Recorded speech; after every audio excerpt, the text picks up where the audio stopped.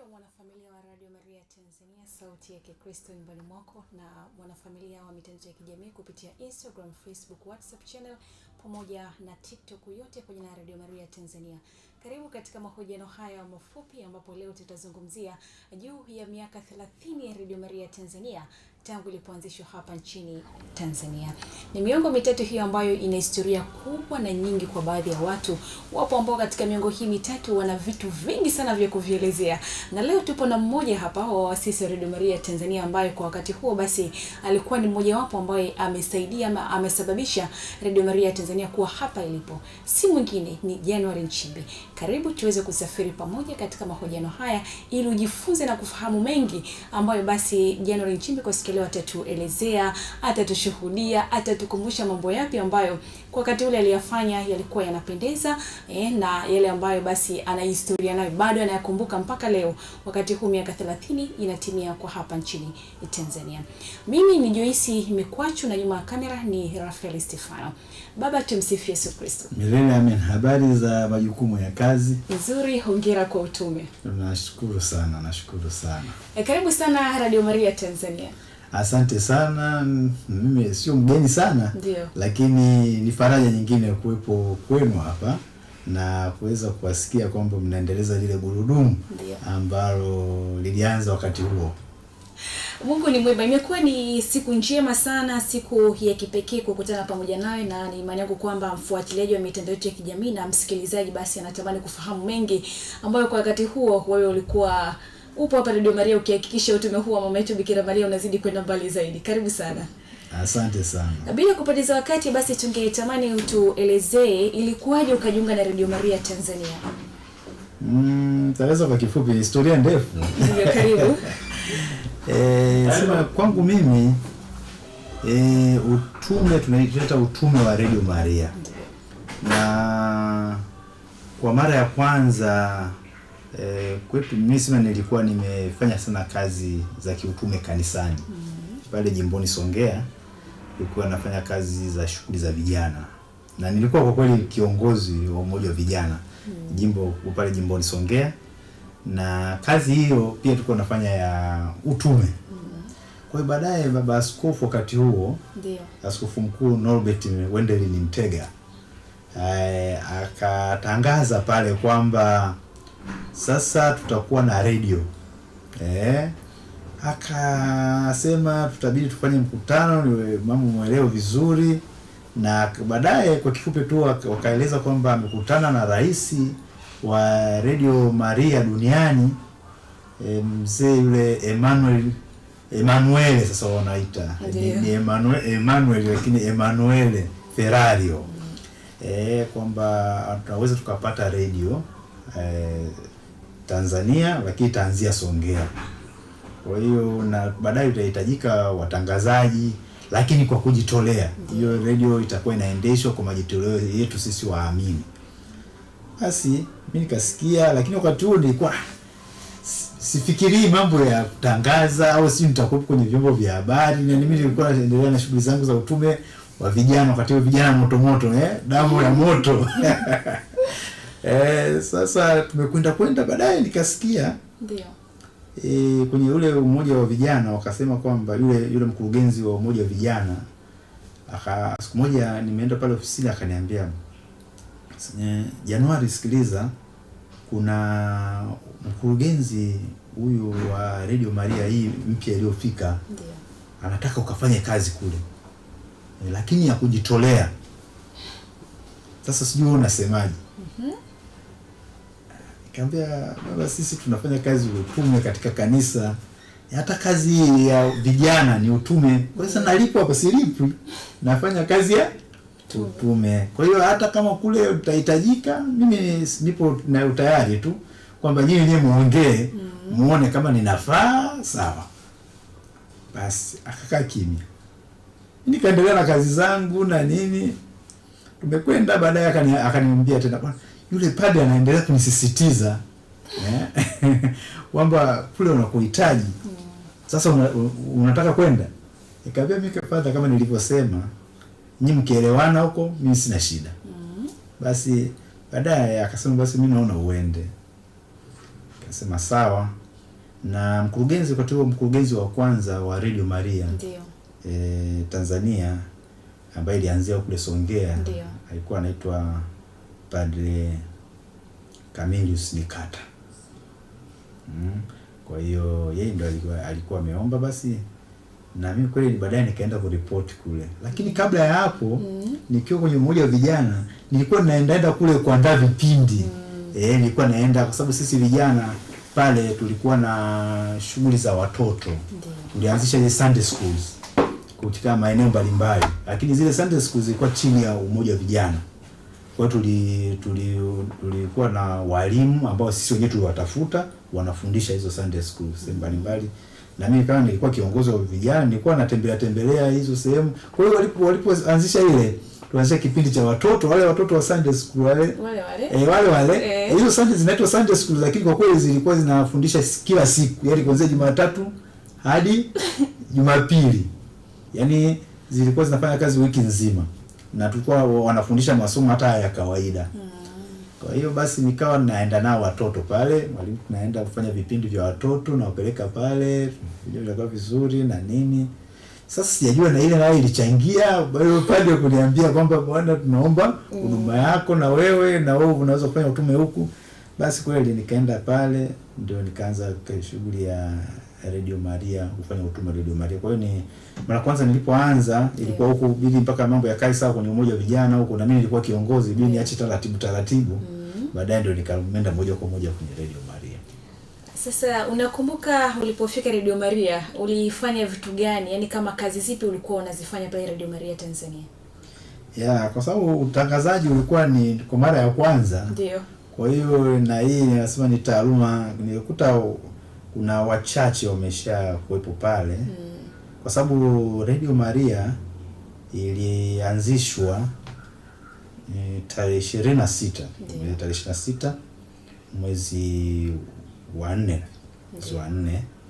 96. Ndio. Na ilipoanzishwa mwezi wa 4, kwa hiyo mimi nilijiunga sasa mwezi wa 10.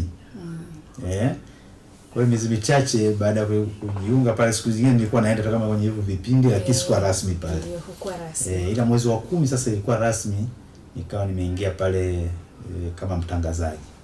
Na kulikuwa na watangazaji wa kwanza wakati wanatangaza wakati ule. Alikuwa kwanza mkurugenzi mwenyewe, alikuwa anatangaza Padre Camillus Nikata. Lakini alikuwa dada mmoja alikuwa anaitwa Assumpta Ngonyani, ambaye baadaye akaja kuwa coordinator wa Radio Maria Tanzania. Na pia kulikuwa na baba mmoja alikuwa anaitwa Silvanus Haule. Kwa sababu ilikuwa ni majitoleo, huyu Silvanus Haule alikuwa ni fundi mitambo wa wakati ule Radio Tanzania kanda ile ya Ziwa Nyasa. Kwa hiyo kwa kuwa ni Mkatoliki, basi alikuwa na muda wake anautumia pale Radio Maria kwa ajili ya kwanza hata mambo ya ufundi na kusimamia vitu vingine, lakini pia kwa kuwa bado watangazaji hawapo, alikuwa anatangaza. Kwa hiyo ndio hao walikuwa wameanza pale, lakini kulikuwa na baadaye jioni watangazaji walikuwa kina Gaudensius Mwanza. Gaudensius Mwanza na pacha wake Modestus Mwanza.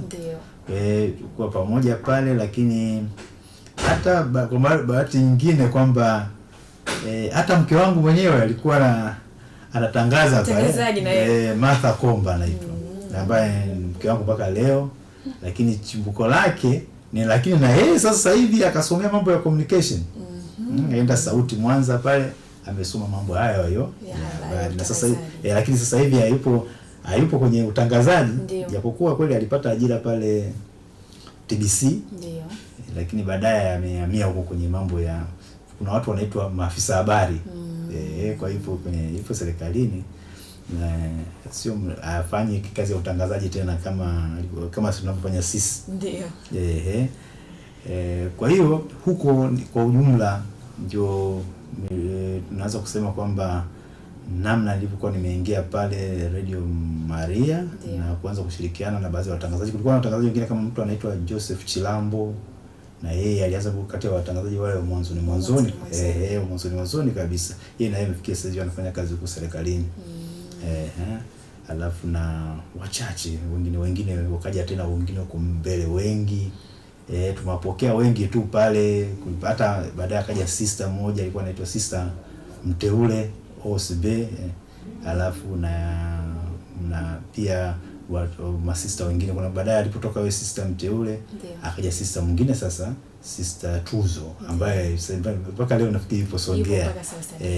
Lakini alianza Sister Mteule OSB, baadaye kuondoka yeye na akaja Sister Tuzo, na wengine wengi tu mpaka leo wapo kule, wanaikumbuka sana Radio Maria ikianzia Songea.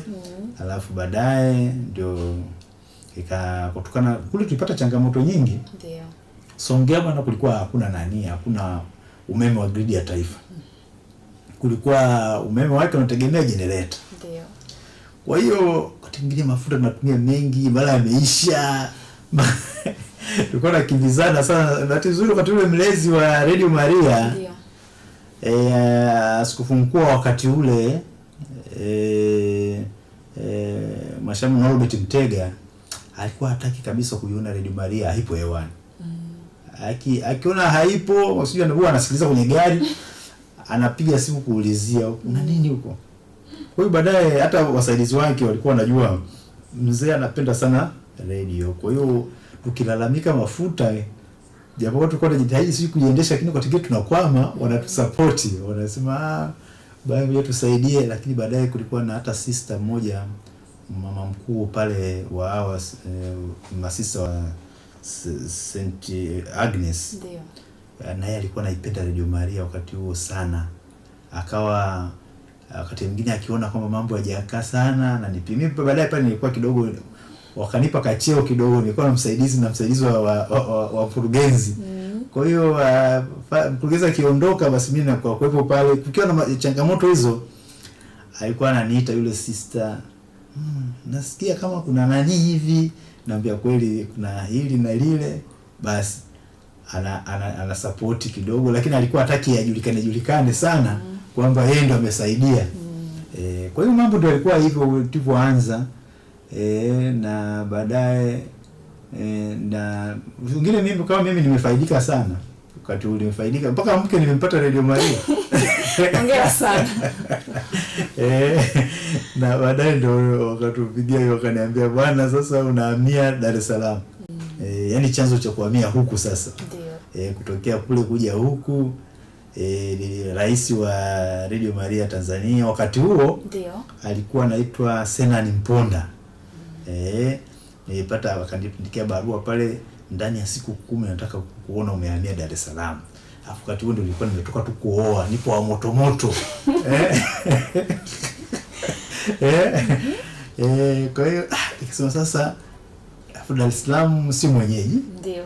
Alafu ananipa siku 10, nimetoka kuoa. Sema sasa hapa honeymoon itakie endelee kidogo. Basi kweli, lakini kwa kutii, tulizoea kutii sisi. Kwa hiyo ndani ya siku 10 kweli nikafika hapa. Na kabla yake sio kwamba sikufika hapa, nilikuwepo hapa wakati wanaanzisha hapa na watangazaji wa kwanza hapa Dar es Salaam. Kituo hiki hapa. Kulikuwepo na walisema kwamba tunahitaji watangazaji wa kuanzia hapa. Kwa hiyo kaleta kafanyika interview hapa.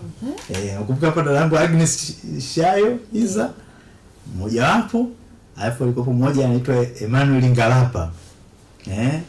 Alikuwepo hapa, hapo na mwingine tena Lilian Manyuka.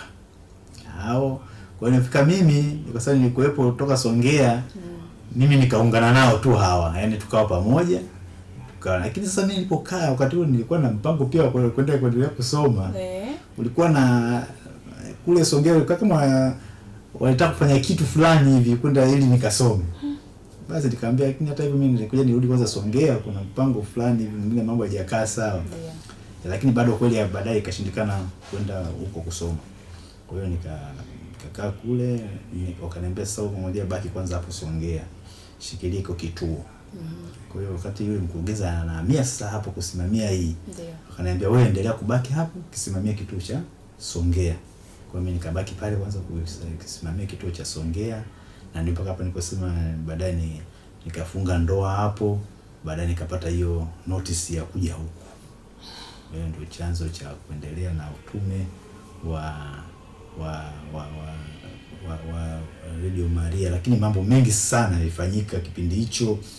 Nakumbuka tu wakati huo tunaanza Radio Maria kule, tulikuwa tunapiga na nyimbo za kawaida hizi nyimbo hizi za nani za dance, ndio zilikuwa napigwa, ile unaambiwa tu ziwe na maadili mazuri, yani mnachagua tu zile nyimbo ambazo zina maadili mazuri napigwa na, kwa sababu mwaka 96 wakati Radio Maria inaanzishwa, ndio ilikuwa bado Radio Maria haijaweka utaratibu, yani msimamo wa moja kwa moja kwamba iwe vipi. Na ndio maana hata rais wa Radio Maria duniani wakati huo, Emanuele Ferrario, alipofika kule kuongea nasi, akasema kwa kweli Radio Maria misingi yake kuwe na katekisimu Katoliki ifundishwe, na vipindi vya katekisimu lazima viwepo, lakini akasema wajue maandiko matakatifu. Kama una kipindi kile cha Ijue Biblia, ni kipindi muhimu ndani ya Radio Maria. Hivyo vipindi vya muhimu na vipindi vingine vya dini viwepo, lakini mambo mengine nyewe muangalie mnaweza mkafanyaje na nini. Ndio hapo muangalie, hapo muangalie kwenye kuangalia pale hapo muangalie. Wakaitwa wadau pale, yani kule walitengeneza umoja wa Radio Maria. Ndio sasa wakachagua mwenyekiti, wakamtafuta mzee mmoja alikuwa anaitwa mzee Kapinga, ndio mwenyekiti wa kwanza. Alafu na katibu wake ndugu mmoja alikuwa anafanya kazi pale Songea, mtu wa ardhi anaitwa Enad Chidaga, yeye ndio akawa katibu. Kaita watu pale wadau, wakasema jamani, mnasemaje kwanza kuhusu nyimbo na vipindi?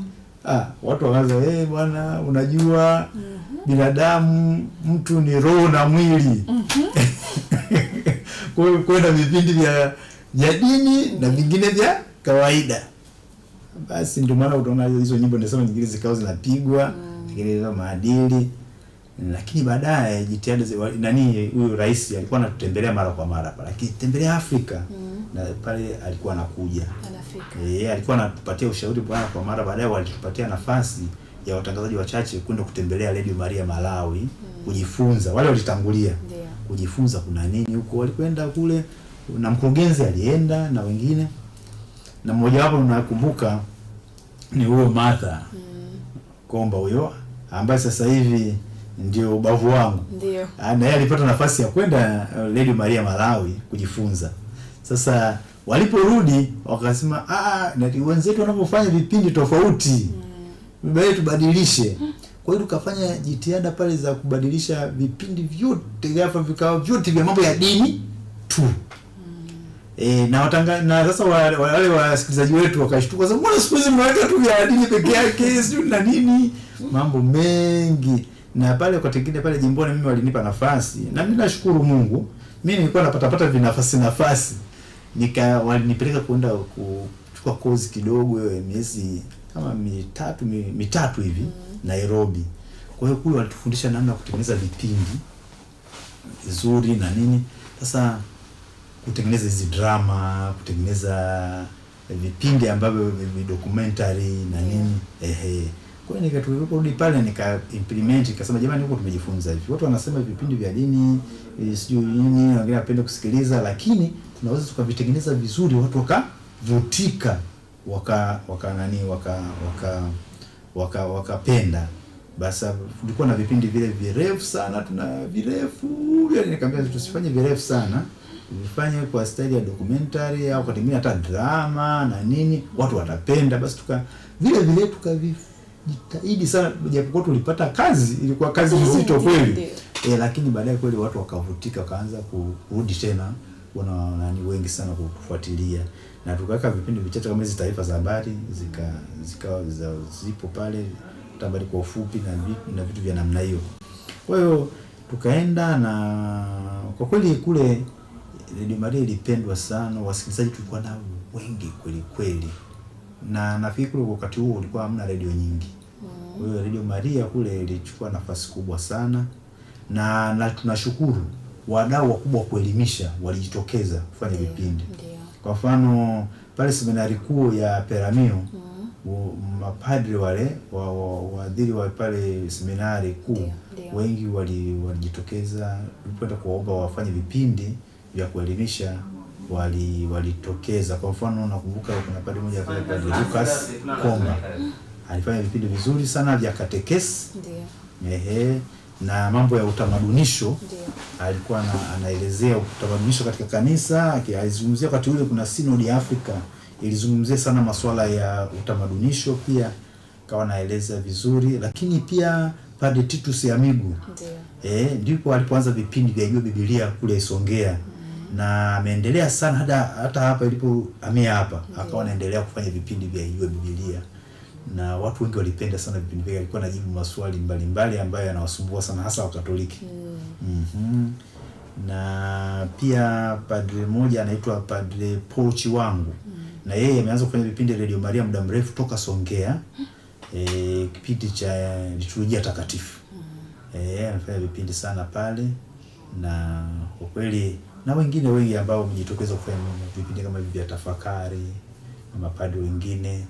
Kwa hiyo ikatusaidia sana kutupatia moyo kwamba mambo mazuri yataendelea kuwepo.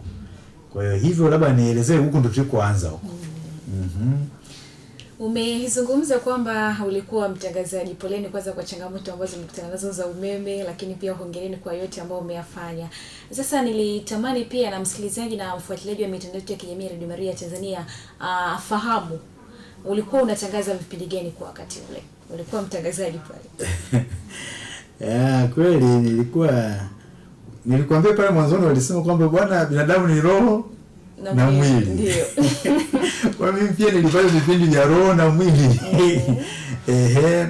Vipindi vya kiroho ni pamoja, kwa mfano iko kipindi cha katekesi nilikuwa nafanya na huyo padri wa seminari kuu ya Peramiho. Ndio. Padre Lucas Komba.